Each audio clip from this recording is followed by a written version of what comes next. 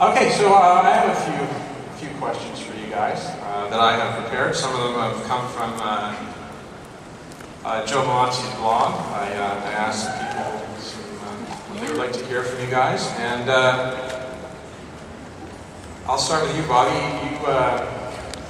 You've obviously had an amazing career. You've played an incredibly wide range of characters, and yet you recently said that Nicholas Rush may be one of your favorite characters that you've ever played. Is that true? No. Well, why do you like playing Rush so much? No, it's true. I do like playing Nicholas Rush very much, in fact, because he's so... There's a wonderful kind of pragmatic quality about Rush that I really, really like. That it doesn't really matter what the end result is, as long as everything in terms of the ship is okay, as long as Destiny is okay, as long as the mission is okay, then everything's fine. And I like that very, very much. So there's an awful lot of scope in there, an awful lot of scope to play many, many different things within that character. It's just a joy to play with. There's a lot of people sort of argue about whether Rush is a bad guy or whether he has good intentions or not. We got a chance to learn a lot more about him as season 1 went on, and you in particular, you're interesting because you don't ask a lot of questions about what's coming up. You said you like to be surprised. You like to act in the moment. It's not about anticipation. What surprised you, if anything, as you were going along in season 1? Did anything sort of come out of nowhere and say, well, that was not what I was expecting? No, not really. I think for me, it's just the way I've always worked. That if you don't, the temptation a lot of the time, I think, when you're acting, is to play the end. You know, if there's something sort of slightly heroic in there, and towards the end of the piece, then the temptation is to play that heroic quality all the way through. So I tend not to ask because of that. I don't wish to know. I don't want to know what's around the corner for Rush. So you take every moment as it comes. It's a very, very flimsy thing to do, act some of the time. And any kind of reality you can get, you grab onto them. So the only kind of reality I've got is the fact that I don't know what's around the corner, or I don't know what's happening next. And that's the reality. Ming's over there working on her new iPhone. Commercial for Apple there. It's my eye precious.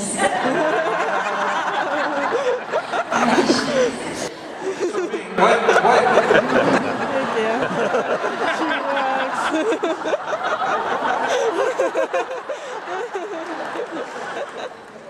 What surprised you about Camille this year? What surprised you about Camille as you got to know the character a little bit better?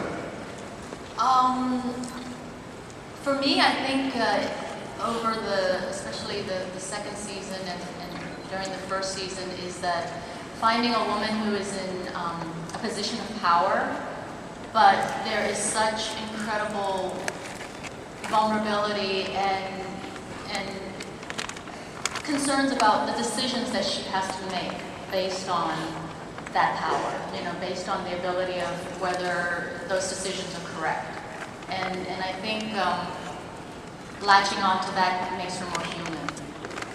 That and the fact that,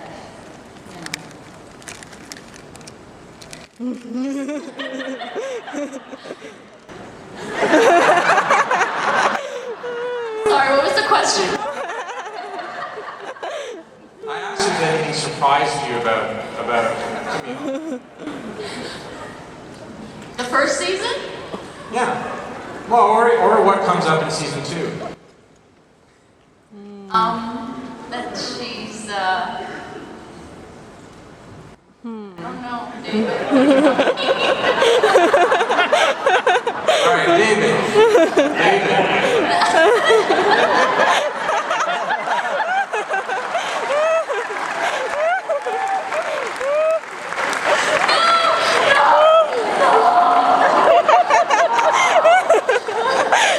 So David,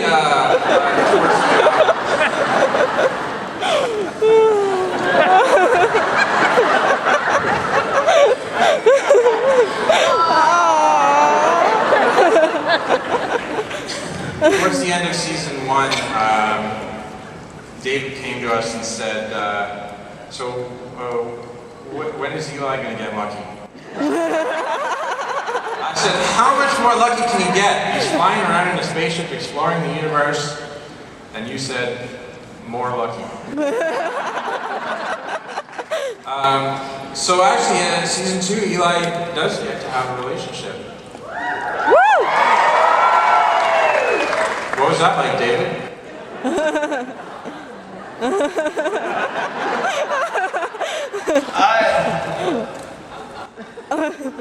Lucky? I really enjoyed it. You know me, I hate spoilers too much. But I really liked what you guys wrote. It's a really, really cool character, and it's a really cool arc. And nerds need love too. Just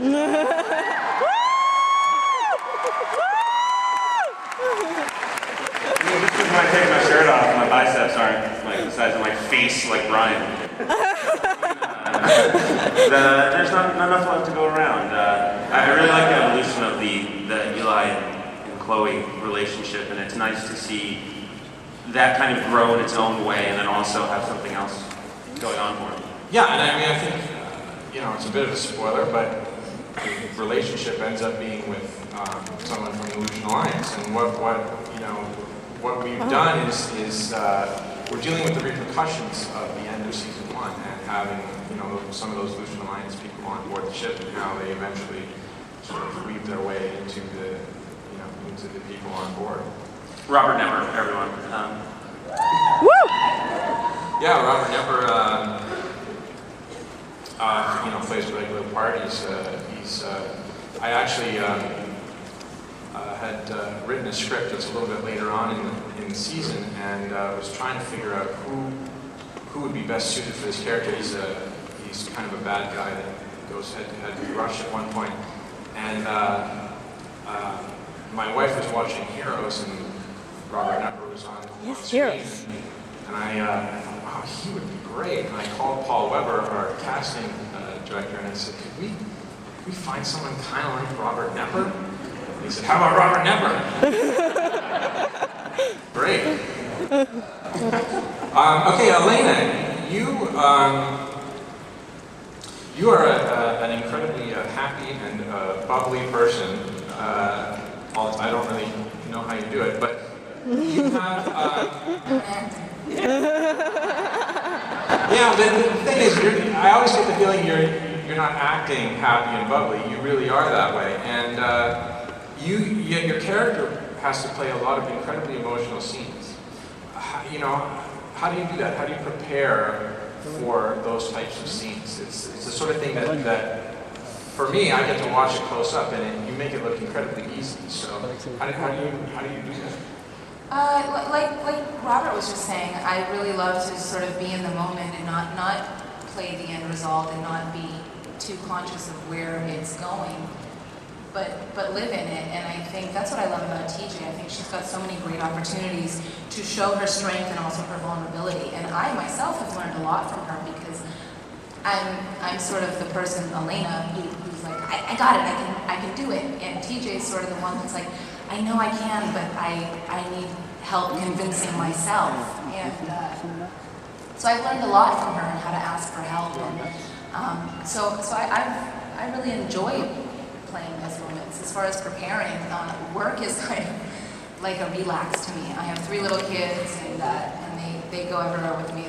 They're here with us now. And I think that deserves an applause.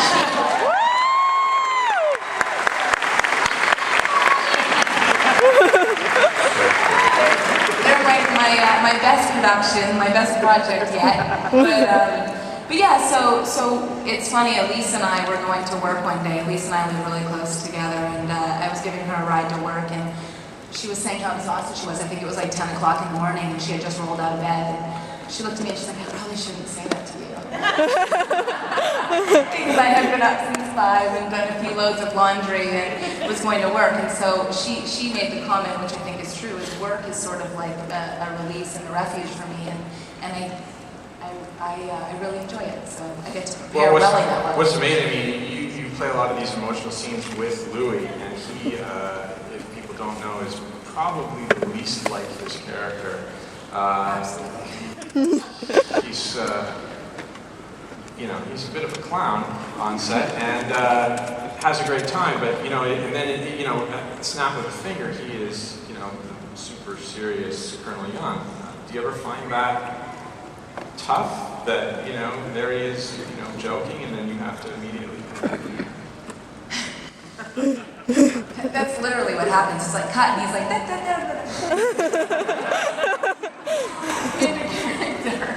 But no, I don't find it difficult. I think there's this goes for all of the cast. There's such a great mood on set, and we all have a great deal of respect for the work and for each other, and I think it's a trickle down. I think that the mood of the set is definitely set by your number one, which is Robert Carlyle here. So there's a great deal of respect for the work, but then there's a great spirit on our set with our cast and our crew, all the way up to the top and the producers and the writers, and so I don't know if that helps. Well, speaking of sort of setting the tone, the end of last season, Bobby, you came to Brad and myself and expressed an interest in directing. And we explained that it's kind of difficult sometimes for an actor to direct because it takes them out of the process, during prep so much. So we called you early on this year and said, okay, you can direct, but you're first up.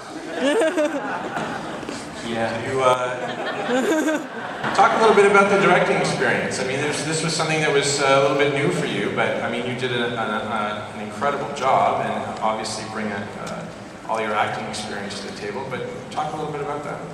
Sure. I directed an episode. It's called Pathogen. I believe that comes out number 4. Yeah, it actually is going to air as episode 4, but we shot it first up. No, when we had a couple of phone calls during the break, the guys had sort of suggested that. I said, yeah, I was up for it. You're first up, they said. And I'd never done it before. I mean, I directed in the theatre for quite a few years. And I really always will do. I love working with actors, enjoy working with the actors. In Pathogen, David's quite a large part in that. Eli, his mother, basically, the story's kind of concerns. And that was fantastic working with David on that. I think we had good fun doing that. Also, we had Ming as well in there, and Ming. This episode actually, most of it, I think, probably is on Earth. Ming goes back to see her lover. David's get back to see his mum. And a very, very emotional episode. I figure that's maybe why the guys. Yeah, you actually, David, maybe you want to talk a little bit about the fact that at one point you had a particularly emotional scene, and Bobby actually kind of surprised you with some personal items from your past. Yeah, you played a little trick on me there. It was, we were doing a scene. It was just a really crazy emotional episode, actually. It was. I can't even imagine how hard it was for you to work on that, but then on top of that, it was the first one back for the second season, and it was probably the most emotional thing I had ever done. I think all of us, like in the snow. It's like raining and snow, it's cold, we're all emotional, it's crazy. It's the first time directing, we were going nuts. But it was a really crazy emotional scene, and he had contacted my parents and got them to send in a picture of me when I was a kid holding an E.T. doll, I think. I was a nerd back then. It was a nice little surprise. It was nice. He's a great director.